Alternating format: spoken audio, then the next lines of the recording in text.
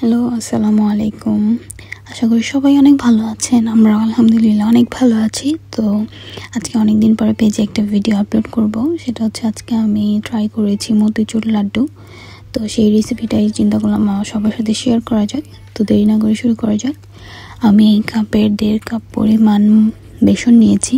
তো ওই বেসনটাই আমি ভালো করে চেলে নিব, যাতে দলা পেকে না থাকে। আমি যখন এটা মিক্সড করব তো চেলে নিলে ভালো হয়। তো এর জন্য আমি ভালো মতো চেলে নিচ্ছি।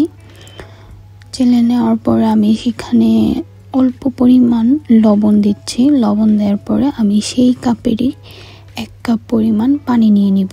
তো সেই পানিটা দিয়েই আমি আস্তে আস্তে এটাকে মিক্সড করে নিব। অল্প অল্প করে পানি দিয়ে মিক্সড করে নিব, যাতে সুন্দর একটা স্মুথ ব্যাটার হয়। তো এই তো আমি মিক্সড করছি। তো মিক্সড করার পর আপনারা দেখতে পারবেন ব্যাটারটা অনেক সুন্দর, এই যে এরকম হবে। তো এর মধ্যে আমি চুলায় অলরেডি প্যান বসিয়ে তেলটা গরম হতে দিয়ে দিয়েছি। এই যে আমার তেলটা গরম হয়ে গেছে। এখন আমি অল্প অল্প করে ছোট ছোট করে তেলের মধ্যে দিয়ে দিচ্ছি। এটা হচ্ছে যার যার ইচ্ছা সে সেরকমভাবে শেপ করে দিতে পারে, যেহেতু আমরা এটা পরে ব্লেন্ড করে নিব। তো এটা কোনো ম্যাটার না। তো আমি এই যে দিয়ে দিয়েছি। তো এভাবে করে আমি সুন্দর করে অল্প আছে এটাকে ভেজে নিব।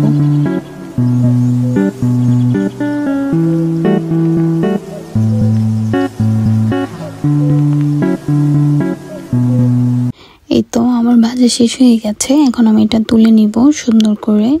তো এটা এরকমভাবে রাখতে হবে যাতে এখানে কোনো তেল না থাকে, এক্সট্রা কোনো তেল না থাকে। তো তেলটা আমি চেপে চেপে টিস্যু দিয়ে মুছে ফেলবো, যাতে তেল না থাকে।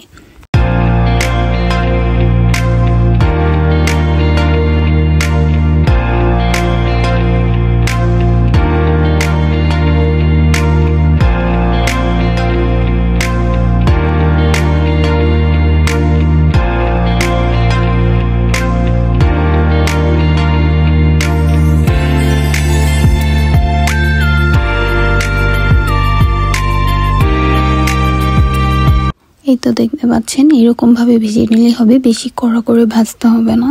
তো এটা যেহেতু আমি ব্লেন্ড করব, এই যে আমার সবগুলো ভাজা হয়ে গেছে। এখন আমি আস্তে আস্তে করে অল্প অল্প করে সবগুলোকে ব্লেন্ড করে নিব। এরকমভাবে ব্লেন্ড করতে হবে যাতে ওইটা আমরা যেরকম বাসায় ব্রেড ক্রাম্বস তৈরি করি ওরকমভাবে বেশি স্মুথ করা যাবে না, তাহলে ওই যখন আমরা চিনি শিরাতে দিব তখন এটা গলে যাবে। এই যে দেখতে পাচ্ছেন এরকম হবে।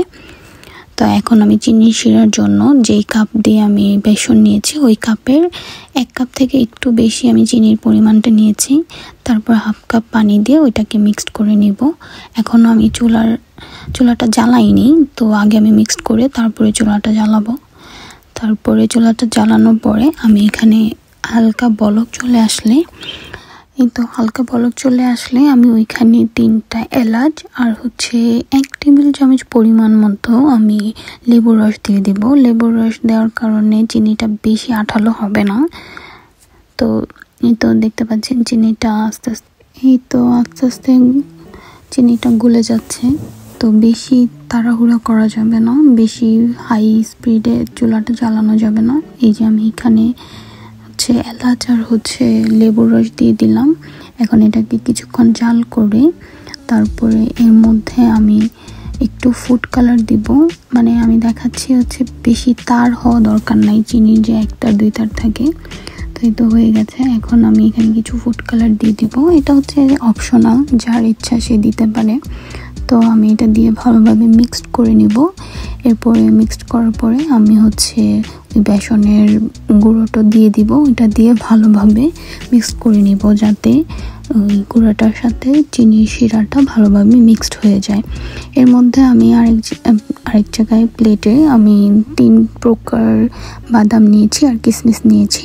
সেটা আমি এখানে আমি ঘিয়ের মধ্যে এটাকে একটু ভেজে নিব, যাতে গ্রানটা ভালো আসে। এই যে আমার এদিক দিয়ে চিনিটা গলে শিরা একদম মিক্সড হয়ে গেছে।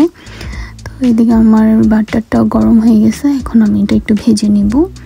ভেজে আমি ওই মিক্সারের সাথে মিক্স করে দিব। তো এই তো ভাজা একটু কালারটা চেঞ্জ হয়ে আসলে আমি এটা দিয়ে দিব। তো ভালোভাবে দিয়ে দিয়েছি। তো তো দেখতে পাচ্ছেন আমার এটা ভালোভাবে শুকিয়ে গেছে।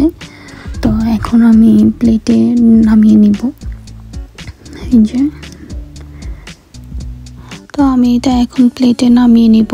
এটা হালকা ঠান্ডা হতে দিব। এই যে, তো বেশি ঠান্ডা করা যাবে না, বেশি ঠান্ডা করলে এটা আবার শক্ত হয়ে যাবে। এরকমভাবে ঠান্ডা করতে হবে যাতে হাত দিয়ে ধরা যায়। তো এই তো আমার অল্প ঠান্ডা হয়ে গেছে। তো এখন আমি আস্তে আস্তে করে শেপ করে নিচ্ছি। এটা বেশি ঠান্ডা করলে এটা শক্ত হয়ে যাবে, তখন শেপ করতে কষ্ট হবে। তাই তো শেপ করে সুন্দর করে পরিবেশন করবেন। এখন আশা করি সবার কাছে আমার ভিডিওটা অনেক ভালো লেগেছে। তো সবাই শেয়ার করবেন, কমেন্ট করবেন এন্ড লাইক করবেন। সবাই ভালো থাকবেন, সুস্থ থাকেন। আল্লাহ হাফেজ।